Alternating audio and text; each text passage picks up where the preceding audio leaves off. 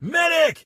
All right, today on the Medic Up podcast, I have Christian and Samuel Adams, who are identical twin brothers, and they wrote a book titled Life and Death Matters, Professionalism and Decision-Making for the First Responder, How Paramedics Act Decisively in the Chaos of Prehospital Emergency Medicine. So consequently, that makes them identical twin authors as well. Guys, thank you so much for coming on the podcast today. Hey, thanks for having us, Chris. We're really excited to be here. This is a great opportunity, so really appreciate it. Man. Yeah, Chris, thank you very much. We really appreciate you having us on the show. Absolutely. You guys are awesome. I'm excited to talk about this book. So let me tell the listeners a little bit about both of you. We'll get right to it. So real quick, Sam and Christian Adams are identical twin brothers.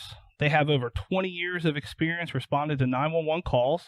They both love working as firefighter paramedics for the Colorado Springs Fire Department, and they fervently believe in providing the highest quality patient care to the citizens of Colorado Springs.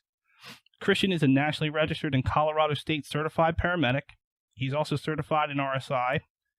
In 2012, he was honored as the Pride Mark Rural Metro Paramedic of the Year for the Denver metro area. He was also recently awarded as the Colorado Springs Fire Department Paramedic of the Year for 2018. He's trained and has worked with the Colorado Springs Fire Department TEMS team and currently functions as a paramedic with the city's High Angle Rope Rescue Team. Also functions as a preceptor for the Colorado Springs Fire Department. He has an associate's degree from the New Mexico Military Institute and a bachelor's degree in criminal justice from the University of Northern Colorado. And when he's not responding to alarms, his favorite pastime is enjoying the Colorado outdoors with his wife and 2 boys. Samuel Adams is a nationally registered and Colorado State certified paramedic, and he is also certified in RSI. And he started his career as an EMT in the Denver metro area. After going through paramedic school, he worked in the Denver area responding to 911 calls. He's on the Colorado Springs TEMS team for the city. His current assignment is as part of the wildland firefighting deployment team for the Colorado Springs Fire Department. In 2017, Samuel was named Paramedic of the Year for the Colorado Springs Fire Department. He also serves on a paramedic advisory committee for the Colorado Springs Fire Department, and that serves to advise the EMS systems in the Colorado Springs area. Sam also works as a paramedic preceptor for the fire department, and he has an Associate's of Arts degree from New Mexico Military Institute and a bachelor's degree in criminal justice from the University of Northern Colorado. And his time is best spent with his wife, camping in the summers, and being around his 2 brothers. Guys, thanks a lot for coming on the show. I'm super excited to get into this. Awesome. Thanks, Chris. Yeah, thanks, Chris. We really appreciate it. By listening to that bio, by listening to those, you can certainly tell we're probably identical twins, huh? Right, Yeah. right. So the book, man, tell me about it. Tell me about who are Chris and Sam, and you guys have a website. It's fieldmedics.com, if I have that right. You guys are on social media with the Field Medic stuff on Instagram and Facebook, and we'll link to all that stuff in our show notes, and it'll be awesome, and people will contact you and get this book, and let's go for it. Cool. Yeah, sounds good. So, yeah, you kind of hit on a lot of it. We both worked for the city of Colorado Springs Fire Department. Over the last several years, we've been precepting lots of individuals, and we kind of just started writing down some of the things that we do as preceptors and as paramedics and firefighters or first responders, some of the ways that we like to conduct ourselves and sort of teach other people.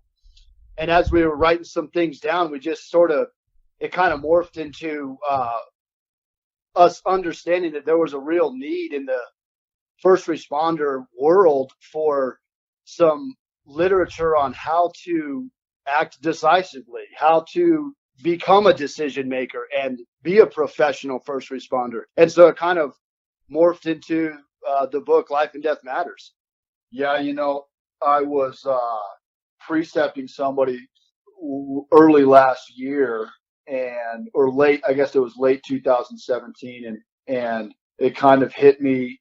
I'd written a couple things down, and I'd been kind of thinking about writing a book for a little while, and the person I was precepting really embraced what we were going over as far as more character development and personal development and decision making, and how that's needs to be integrated into your didactic understanding of your medical principles that you obviously learn in medic school and through your continuing education. And there just wasn't anything on the market to kind of tie all those things together and really emphasize the need for it. You know, I think that one of the biggest lacks that we have in the pre-hospital world is that we have so much information on cardiology and capnography and disease process and videos of how to intubate people or crike people or whatever, but there's no real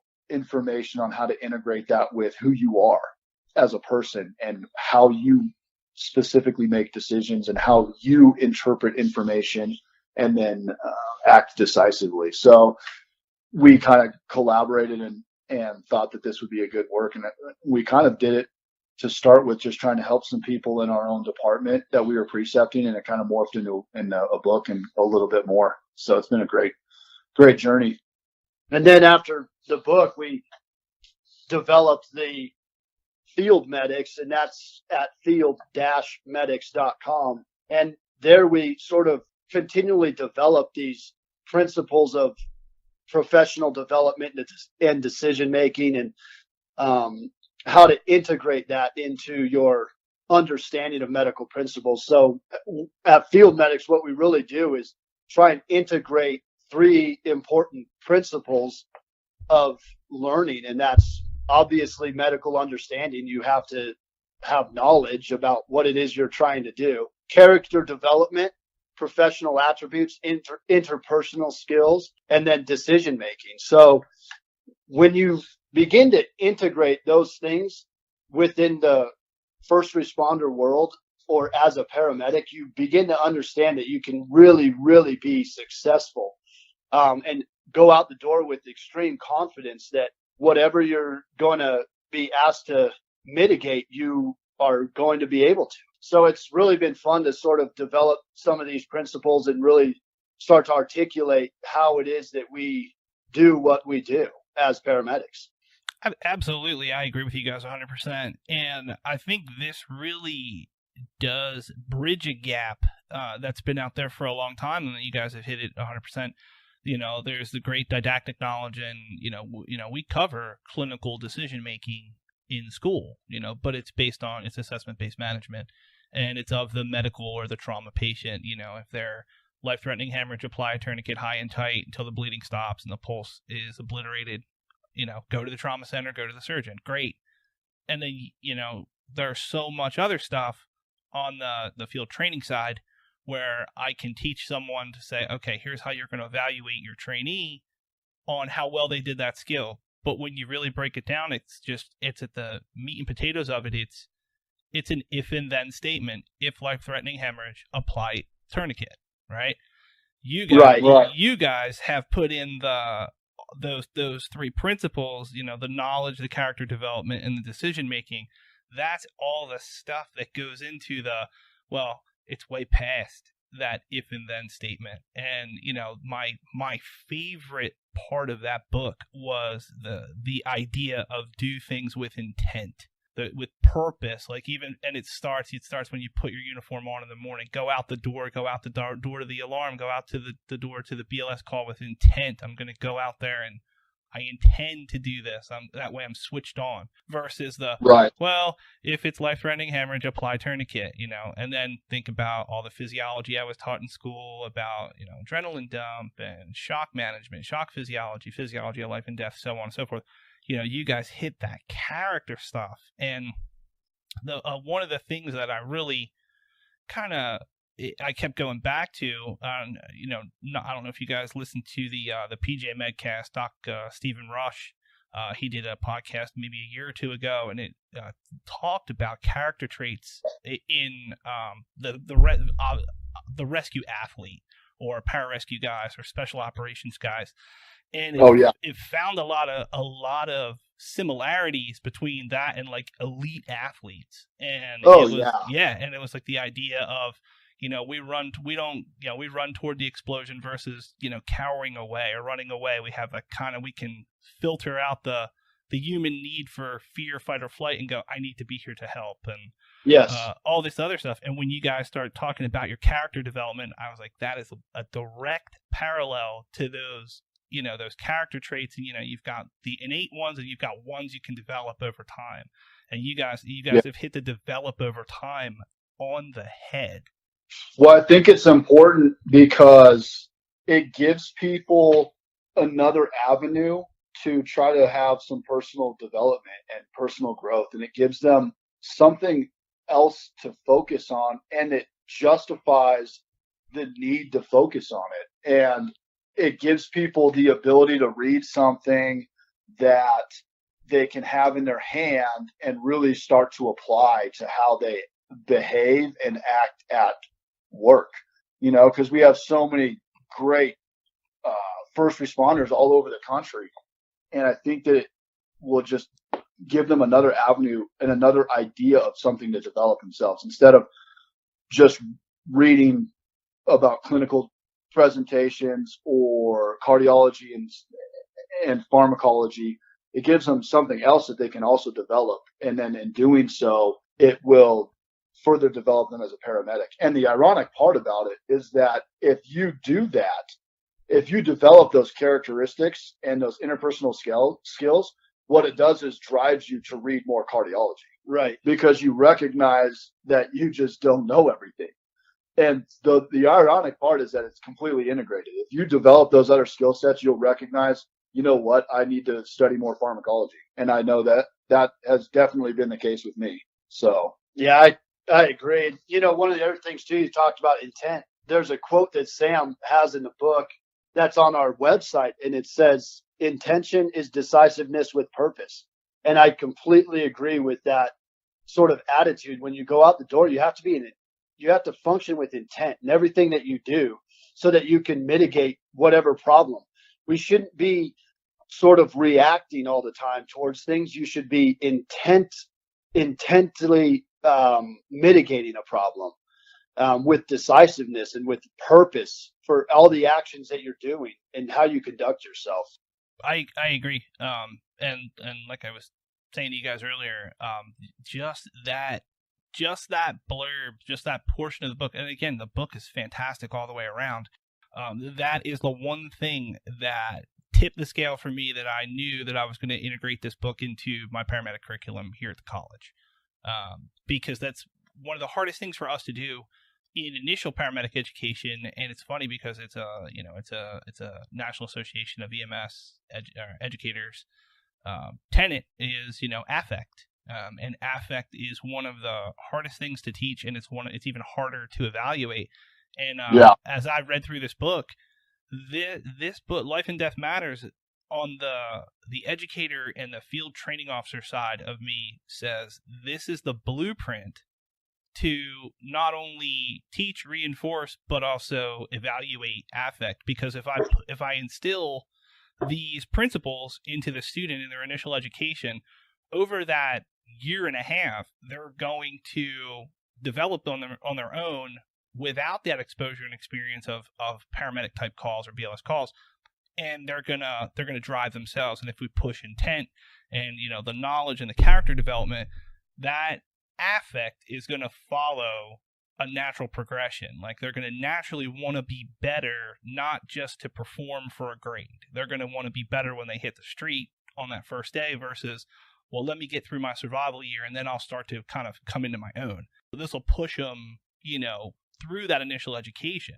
Yeah, it really kind of decreases the lag time. I like to call it the lag time. I mean, you've got the time that you get done with medic school, and then you're on your own in the back of an ambulance or in the back of a fire engine or truck, and you're operating independently of anybody's real oversight.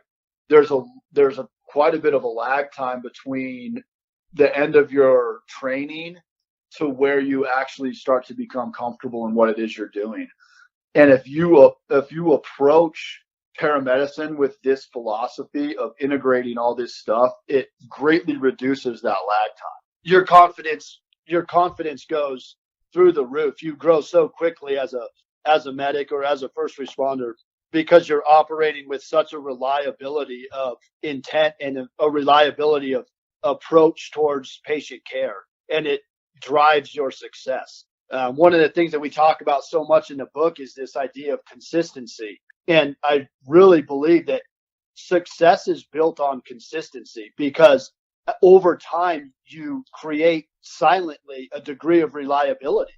And so then when you go out the door, you're confident because you've been approaching patient care consistently and it's become reliable. So you're very confident in what you're doing. You're very confident in how you're going to act, how you're going to approach a scene or a situation and interpret information and what interventions you're going to perform, because it's been done before. It's a reliable process. And that's one of the things that we talk about in the book is this approach with consistency aspect. You might have touched on it already, but really, what was I know you guys said you kind of saw as you were precepting some, trying to help some people out. Was there like some common stuff you guys saw that you got together and said, man, we really need to, this is what I wrote down, this is what you wrote down. Maybe how do we put it together, and then how the book kind of got going. It's like, what was really the impetus for writing it? Were you guys just like, hey, like everybody else, hey, I want to help and change the world, or what? Well, what really started it was I was precepting that person back in late 2017 and ran a pretty bad call, just a pretty sick patient, and I was allowing them to kind of try to make some decisions and flow with it, and got into the hospital, and everything turned out just fine.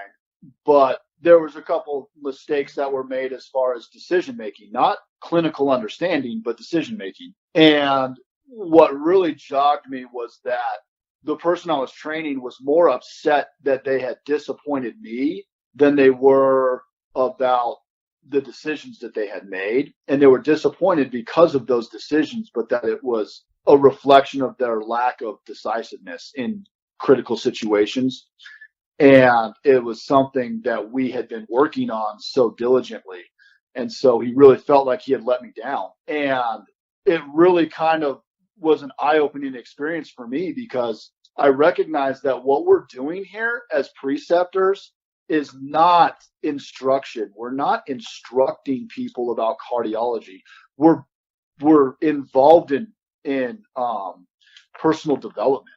And that encompasses so much more than just mere instruction. And obviously, as preceptors, we go over cardiology, pharmacology, capnography, all these different things that you have to know.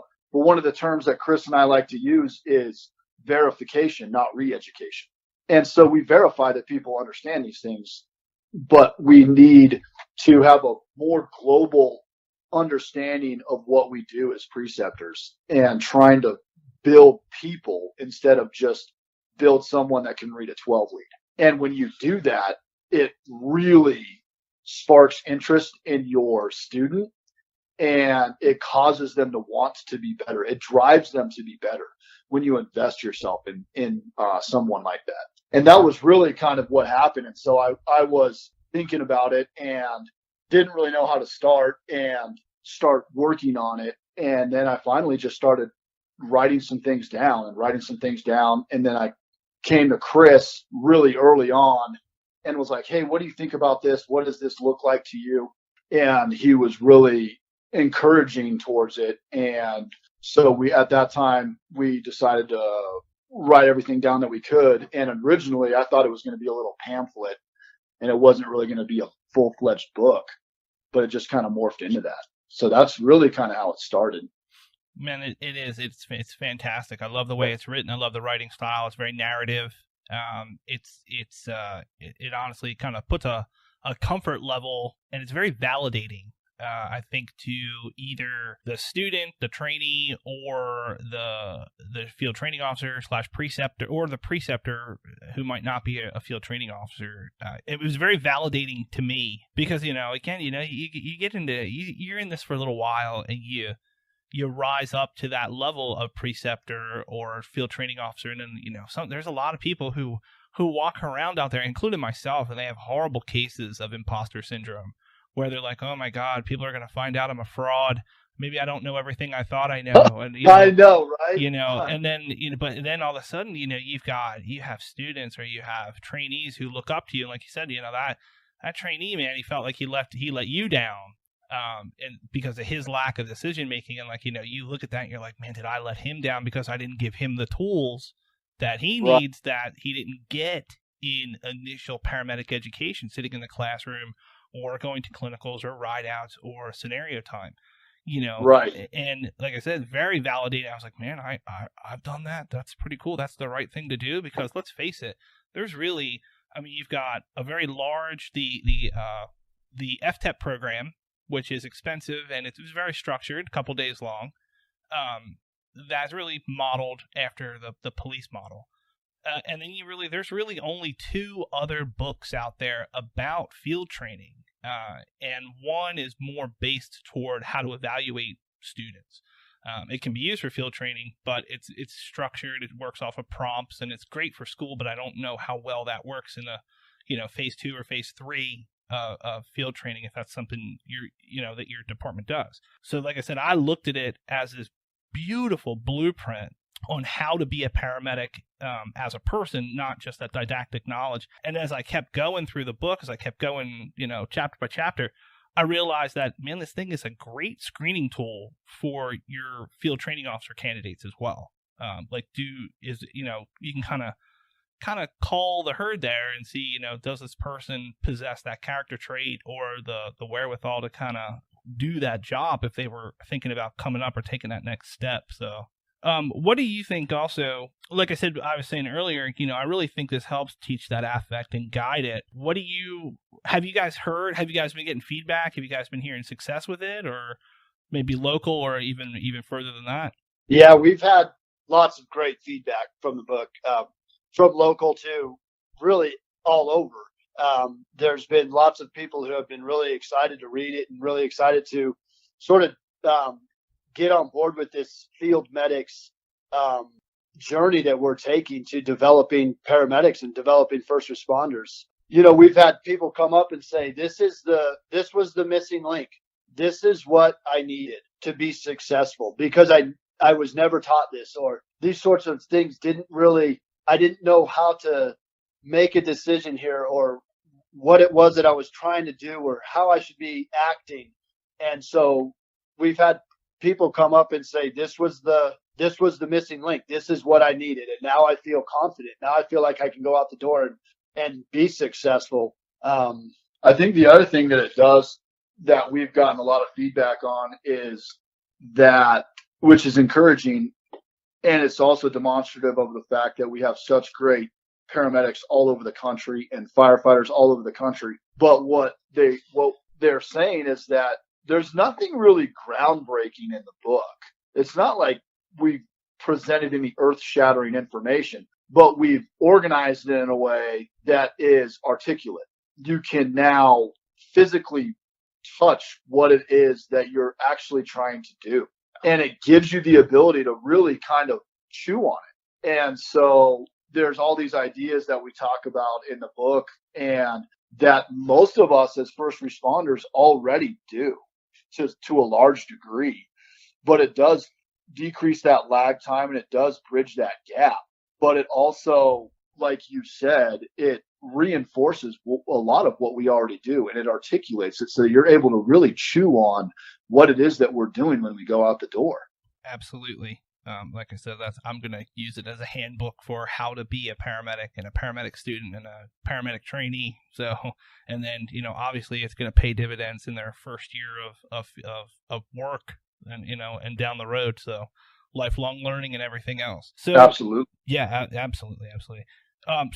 So Christian, do you have a favorite part of the book, or like that you worked, specifically hard on? Or well, my favorite part of the book kind of is a little bit why I began writing, or how I started writing it, was the idea of teaching others. And I think that my favorite part is the role of the preceptor, because as a preceptor, I always wanted to gain something from precepting people. I always wanted to better myself. I always wanted to get into a position where I'm learning something from the student, but also imparting at the same time valuable information and valuable decision-making processes to the student. And so when I sat down and we started really trying to hammer out what the role of the preceptor was, that's definitely my favorite part. And I think that the beginning part of that is the best because it sets you up with a degree of humility.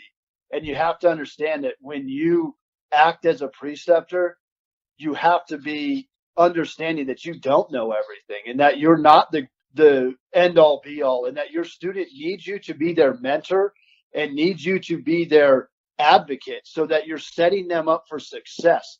We can't be as preceptors in the business of trying to fail somebody out or find what their flaw is and expose it so that we can make comments or disparaging remarks about their ability to treat people. We should find those deficiencies that they have and then build them up so that they become a better paramedic. And so we have to understand that as preceptors, we're there to create an environment so that the student can succeed, not an environment in which we're trying to make them fail.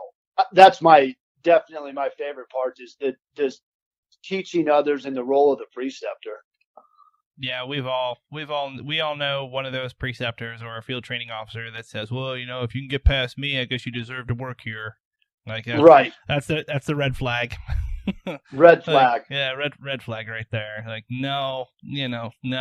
And it's, and it's funny, now I've seen people start that way and I've seen them grow out of that and then really look back and go, man, I was like that because I really wasn't at the top of my game. I really just wanted to do that for the 5% raise. And, yep. Now all of a sudden, like they're also the preceptor that learns something from the student where, the student will show them something cool in cardiology and they'll be like, man, I never learned that. So you must be wrong. I'm going to give you a bad grade. And then they go and they look it up and go, man, that was right. That was yeah. That was sharp. I better get back in the books. There's some stuff that's changed in the last couple of years and maybe they grow out of it, but then, I hate that you feel like you've wasted some time, and then for the student, it's all that mixed message. Like, man, I walked in and all they said was, well, if I'm smart, I'm going to do well, but I'm a student and I just learned this and I hope I have the right answer every time this person asks me some type of Jeopardy question. So, right. Yeah, absolutely. Well, and I think that Chris does a great job of really kind of building that idea that we shouldn't be so focused on just instruction. And really, it just goes back to the fact that you have to have other ideas and philosophies about how to teach people other than just getting out the books. And like you said, you put it perfectly, just quizzing people on Jeopardy. Yeah. That's not what we do. We need to be developing people and developing their confidence and their ability to act. And the reality is that everybody learns differently. Everybody's going to approach things differently. And so as a preceptor, you have to understand that. You have to be very comfortable at adapting to their way of doing things because we can't just be so focused on making them conform to the way we do things because if it's not natural for the new medic or the new student, it's not going to be good. They won't be good at it. They won't be confident. They'll just be concerned with what it is that you're requiring or what it is that how you would conduct the patient assessment or whatever, but they have to be comfortable and it has to be a natural progression for them, a natural flow of patient assessment to interventions to treatment plans. And you as a preceptor have to understand that everybody's going to come with a different level of understanding or different skill sets, and you have to be able to adapt to them. We shouldn't be in this idea of thinking that they need to adapt to us as the preceptor. Now, certainly there's expectations that we go over as the preceptor, but we need to really be trying to mold them as a student or as a new medic, as opposed to forcing them to conform to exactly how we do stuff. And so that's sort of some of the stuff that we talk about in the teaching others section and the role of the preceptor. Yeah, absolutely. So speaking as an educator, I will agree with that 100%. And again, having done all the other jobs, I mean, All right, confession time. I still do it, and I probably do it now more jokingly because someone did it to me when I was coming up in EMS during their ride outs or capstone. And I'm only part time now, so I don't get to ride with the students as much as I'd like to. But like I always used to say, I'm like, look, you're on your capstone, you're the team leader. We've got you're set up for this. You're ready. I'm not going to let you kill anybody, but I'm going to put my hands in my pockets. And if my hands have to come out of my pockets, your grade probably is going to go down. Now, it's probably not the most, fostering the most educational environment. And they're like, oh, I should be watching the patient, but I'm watching Chris's hands. Hang on. And like, I don't probably do that as much anymore. And I joke with the students now, but, again, not the best thing, but, you live, you learn. And I would never, I always treated my student and my trainees as I'm not training my replacement. I'm training my partner. Right. Especially the students, because I was very lucky when I was full time. I would get students coming through as a preceptor. You get through a couple shifts or a month or two with them in those earlier semesters. Like, man, are you thinking about working here? Yeah. It'd be great if I could. I'd be like, look, let's make that happen. And then when they could get the job, I'd be like, hey, tell them you want to go to night shift and you want to come to C shift. And then I'd go into our HR person and say, hey, I heard so-and-so applied. Why not? They were my student. You should just leave them with me for their first couple months. I'll do their training. Oh, okay. Right. That sounds great. Now, was I trying to make them another version of me? Probably early on. But as I got a little bit older, a little more mature, I understood, like, hey, let them be their own person as long as we don't you let that leash out a little bit. Like you guys are saying, I didn't know I was doing it, but trying to develop character. Not just how to keep away from a QA flag on a chart or have to answer questions to the doc or in court or whatever. Well, I think that is a complete recognition of your own characteristics. And I think that the fact that you came to those conclusions on your own demonstrates your character as a person, not as a paramedic, but as a person. That makes me feel good, but it took a while. I make it sound like it's happened overnight, but it didn't. I know. I know. It can take a long time. But the fact that you come to that conclusion is demonstrative of your character and the kind of person and educator that you want to be. And that's what we really should strive for as paramedic preceptors and preceptors in general, and just educators, and is just developing people to be better at what they're doing, not be able to answer all the Jeopardy questions. Absolutely. How about you, Sam? What was a favorite part of your part? Did you have a specific part in the book or just a part you like? Yeah, so my favorite part is probably a little bit more, I don't know if I would say controversial, but I think people stray away from it to a large degree. And my favorite part is our chapter titled "There Is No Gray." And I think that people use the term gray situation, which we hear, which just permeates EMS, is this idea of gray situations, that we go on these calls that are convoluted and we don't really know what to do. So we'll just chalk it up to a gray situation and hope everything turns out for the best. And I think that that's extremely destructive. And I think what it does is really the only thing that it does is it demonstrates or it justifies a lack of accountability. There's no real easy way to say that other than it justifies your lack of accountability. When you enter a scene and you are talking about this is a gray situation, what you're really doing is looking for the back door. You're looking for an excuse to make a bad decision, and you're looking for an excuse to not make a decision, period. And it's really indecision that is the culprit. It's not a gray situation. And we don't mean to say that there aren't extremely difficult decisions to make in EMS, because Lord knows we go on so many crazy calls that you really do have to make hard and tough decisions. But you should be making those decisions with confidence, and confidence is a direct result of accountability. If you are willing to take accountability for what you do, it makes it easier to decide what to do. And one of the quotes in the book that Chris says is, your decisiveness is a direct reflection of your willingness to take responsibility for the decisions that you do make. And it is directly related to this whole gray area situation. If you are willing to take accountability for your actions, you will be able to act more decisively. And you will recognize that there aren't really gray areas. There are extremely difficult decisions to make, but you don't have to make it convoluted. And what it does is when you do that, it predisposes you to indecision. When you approach calls or scenes with a gray mentality, it predisposes you for indecision, and it predisposes you to look for the back door. It predisposes you to look for an excuse, and it is demonstrative and a justification for your lack of accountability. When you approach calls with that mentality of there is no gray, you will have a completely new outlook on how you're approaching calls, and your decisiveness and your willingness to act will go through the roof. Yeah, I think that that's true. And I think the idea, too, that when you function in this world of gray where you're being kind of indecisive, you don't really want to make a decision because it's difficult or it's a hard decision to make, or you don't really understand which way you should go, but you know you should do something, but you're not really sure, so you chalk it up to being gray. What you're really doing is compromising the care of the patient as well, because you're silently giving credence to the grayness, and you're silently allowing the indecision permeate the rest of your team.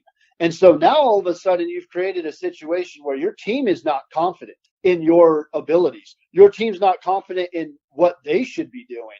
The patient becomes less confident in your ability to act decisively to mitigate their problem, because you're sort of operating in this gray area. Well, should I this or should I that? You have to understand that grayness is a cancer that permeates the mind, and you have to be willing to be decisive and take accountability for the decisions that you make. But Sam said it great. We're not saying that there's not hard decisions to be made, because we understand that there are. But that's where you have to get back into the books, get back into your guidelines. Preparation.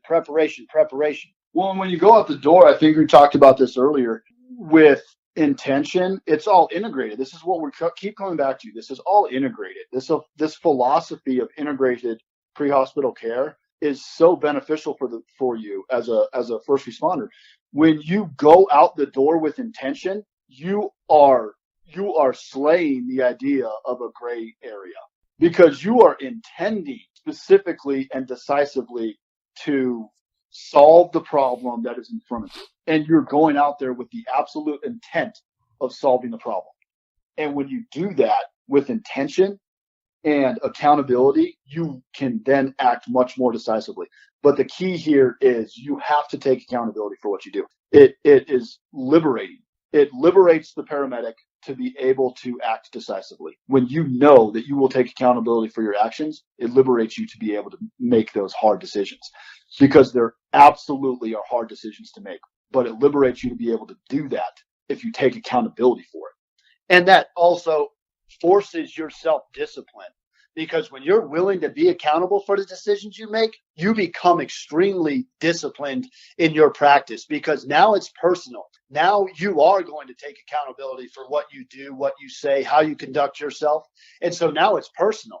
And now you conduct yourself with a degree of discipline in your preparation, in how it is that you assess patients, and how it is that you prepare for the day, how it is you go through your drug box. So it's all integrated. And then when you go out the door, you're confident, because you know that you're going to be able to mitigate what is in front of you, because you're prepared, you've conducted yourself with discipline, and now you're working with intention. And it's a liberating feeling to know that your decisions are a reflection of your accountability.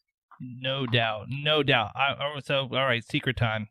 I read that chapter twice, and it's only 8 pages long, and I read it twice because when I saw the title of the chapter in the table of contents, there is no gray, I was like, they don't get it. There's absolutely gray. And then I was like, we live in the gray. We operate in the gray. And then when I read the chapter, I was like, oh, they're not talking about protocols. They're talking about, again, character, accountability, confidence. Yeah. And I read it twice because I wanted to find a way to be like, they don't get it. But no, I don't, or I didn't get it. And then I realized again, early in the career, I was like, you're not really a patient. I don't want to write the report because it's 25 minutes before the end of shift. And the patient's full of shit, but you meet the definition that my SOPs and SOGs say. You've met the definition of a patient, and I need to write a refusal.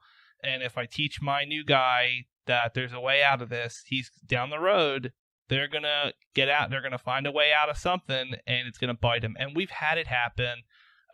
And again, it's never something somebody thought about while they were standing face to face with this person that again should probably have been defined as a patient. And then, maybe the cop says something later, or you're going through QA and you realize, why were you on scene for 45 minutes and then said no patient found? That makes no sense. And then you go digging, right? And then all of a sudden, now again, and you have to be. You guys said it earlier, and it's very validating to me that you say, you recognize your own character. I'm grown up. I'm a little more grown up than when I started 20 years ago. I'm very introspective, and I can have those interpersonal conversations with myself, and sometimes they're not as pretty. Sometimes they're like, Chris, you fucked that up. You could have done a lot better. You can't do that again. Let's not make that same mistake twice. It's stupid. You're better than that. You were taught better than that. People expect more from you. And I can do that, and I try and push that onto the students as well. As exposure and experience happens, you've got to go through a mental debrief of every call and go, did I do everything I could? Did I do the best I could? Was I capable of more? Things like that. And if it's like, if the answer is yes, doesn't mean you're a bad person or you're a bad paramedic. It just means you have another chance to improve when you're faced with that next type of patient. So, it's only 8 pages long. I read it twice. I read it twice, and I wanted to make sure I got the message, and I was like, okay, I get it. And it's funny. I'm in kind of stupid grin on my face, like, man, I really wanted them to be wrong. No, it was spot on the way you guys defined it. And I was like, man, it was one of those, you guys say there's no groundbreaking stuff in the book. I think that 8 pages is the groundbreaking because so many medic students and medic trainees out there, or EMT trainees, whatever, they've been in that situation where the preceptor's like, no, listen, we don't really have to write a report on this. It's a bunch of bullshit. We're just, don't even bother with it. Nothing's going to happen until something happens. And then until it happens, man. And then my preceptor said, they didn't really meet the definition. And someone, copies the page, or you got your write-up and you got the page out of the SOPs. It says, this is the definition of a patient. Did you find this on scene? Yes. Why didn't you write the refusal? So yeah, you're right. I should, I spent more time trying to get out of the call than I did if I would have just written, we showed up, the patient didn't want an assessment, didn't want to go, they said this, and we asked them to sign, they didn't want to sign, so we signed, and then we went back in service. It's a whole lot easier. Yeah. See, there's no gray. No, no. And the thing is, the really cool thing about this is that you can develop this in yourself. It begins with discipline. Self-discipline drives intention. Intention drives habit. And then once you have the habit, that will drive your practice. And then it doesn't become a big deal because that's just how you do it. That's just how you operate. Just how you go out the door. And so it begins with discipline, which drives intention. Intention drives habits. And then those habits develop and form in you, and then it's subconscious. You don't even think about what you're doing. You're just doing it because that's what you do. And then you are extremely capable as a first responder to act decisively. And that's how that builds. And so it's good to know that you can develop that in yourself as a individual provider, whether you're an EMT basic or a paramedic or a first responder on a volunteer fire department. If you develop those things, it will absolutely make you decisive. Yeah, and I think one of the other important things about that is you're kind of hitting on it that we talk about in Life and Death Matters is this idea of self-reflection, and that drives your self-growth, and it forces you to become better at what you're doing. It forces you to become a professional. It forces you to develop a process of making decisions. It forces you to be better at every aspect of your job, whether it's firefighting, whether it's paramedicine or EMTs, whether it's whatever part of the first responder world there is. Your willingness to, and your humility and your self-reflection to digest what your deficiencies are and what sort of things you need to improve on. If you're willing to actually sit down and be disciplined enough to understand those things, then you can begin to grow from them. And that produces extremely successful paramedics, extremely successful first responders, because they're willing to sit down and hey, let's get it out on the table. Let's not try and hide our deficiencies. Let's use those as opportunities to grow, as opportunities for success and opportunities to become better. So, well, and the great thing about that is it's contagious, you know. But somebody has to go out the door first. And so why not let it be you? Just go out the door first and take that on and be the leader and make those changes and make those adjustments to yourself. And then it becomes contagious. Your team becomes contagious.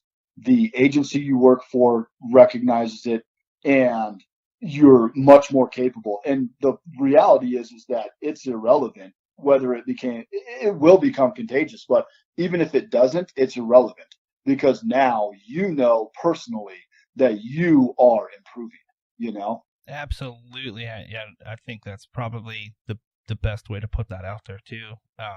Set the example, and then it's contagious. And I think it's great when you see that happen. You're like, oh, all right, cool. I did make a little bit of a difference there. And you change, and how many times have you heard us say we need to change the culture of EMS and stuff like that? I think that's a great place to start on the character development side. I think it pays dividends.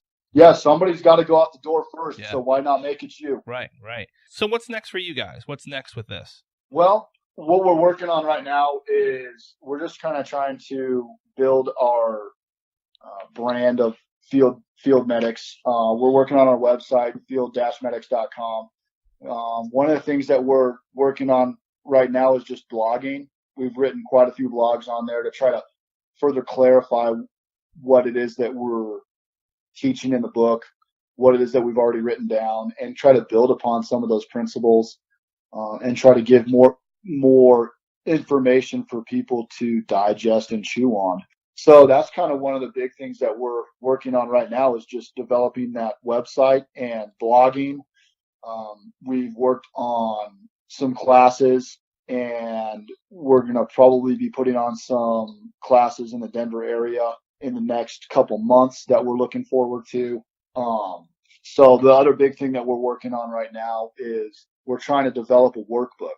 So, and we're not sure exactly when that'll come out. We're looking at maybe around November of 2019, and we're trying to develop a workbook for preceptors to have a really good blueprint for how to train people and what it is that you're looking for. I think one of the things that's important about doing that is not only is it important to know what to look for, but what do these things mean when you see it? What does it actually mean? What do these benchmarks mean that we see? So Chris and I go through that a little bit in the book. We talk about the 4 concepts that we look for to see if someone's independently capable of working by themselves. And we go over that in the book, but we're trying to build upon that a little bit and develop a real good sound process for preceptors all over the country to be able to look at something and recognize that this is what they should be doing. This is what it means when your student does certain things, and how to adjust your teaching plan for them. So that's kind of what we're looking at right now. That's what we're looking forward to. That's awesome. I love it. I was going to beg you to maybe hit the conference circuit and maybe develop a 2-day workshop, or please do something with this. I'll take the workbook on, and I'll try and find a way to make it out to the Denver area too. So, yeah. Absolutely. I think it's a great plan, and I will have you guys absolutely back on to talk about it here and there, because I think there's absolute merit to it. So why don't you guys, the floor is yours. Go for it. Why don't you guys give out all the social media, the web addresses, the Amazon. I'm going to put the links to the book in my show notes. And like I said, I wanted to wait to have you guys on before I really started promoting it. I wanted to build it up, and then I'm just gonna throw it out there for a while. It'll just kind of have a presence on the website for me. I'll throw it in social media wherever I can, because I really think people need to read the book on the fire and EMS side, as with students, trainees, preceptors, educators, the whole 9 yards. So, you guys go for it and tell everybody where we can find you. First off, you can find us at field-medics.com. That's our website. We're there with a blog. And so you can also buy our book on that website. There's a direct link into the Amazon account where you can look for the book, Life and Death Matters. If you want, you can just go search it on Amazon, as you can buy Life and Death Matters on Amazon. If you go ahead and search for us on Instagram, we're also on Facebook and Twitter. When you go to the blog, if you go ahead and hit subscribe, that'll shoot you a straight email to whenever we blog a new topic. Right now, we're sort of developing a few things, trying to set up a few interesting topics on the blog. So that should be fun. And then, like I said, you can find us on Facebook, Instagram, and Twitter, and then field-medics.com. So if you want to email us, you can email us at info@field-medics.com, and we will get back to you that way. It's probably easiest to get in touch with us on Facebook or Instagram, but that's an option as well. But we really appreciate this opportunity, and everybody go out there and look for the book on Amazon. And I hope that it really does sort of bridge this gap and really develop this professional attitude within EMS, that we are professionals and we are decision makers and we are problem solvers, and we have to conduct ourselves as such. And so when you read this book, you're going to understand that it is important. Your personal conduct is important, because that is what we are called to do. And so it's a great tool to kind of help you work through some of those things and develop yourself. No doubt, man. And I really appreciate you guys sending me a copy to review. I really am looking at it as the Rosetta Stone of how to be a paramedic and function as a person, a professional provider of pre-hospital care, past the farm and card and patho knowledge, man. So thank you guys again. Life and Death Matters, Professionalism and Decision-Making for the First Responder, by Samuel and Christian Adams. Guys, go out there, search it, check it out. Like I said, on all my social media stuff, I'm gonna post a ton of stuff and get this out there and really get people into this book. So guys, thank you very much again for coming on, writing this book. You guys are rock stars in my book. Keep it up. Well, thanks, Chris, for having us, man. It's a really great opportunity, and it's awesome to see that we all as first responders are like-minded and want to become better. And so we really appreciate the chance to come on your show, man. No problem. Thanks for the platform. No problem. Definitely going to have you guys back, ask you guys to come back on. So certainly. Awesome. All right, man. Well, that's it. Everybody go forth and save lives and build character.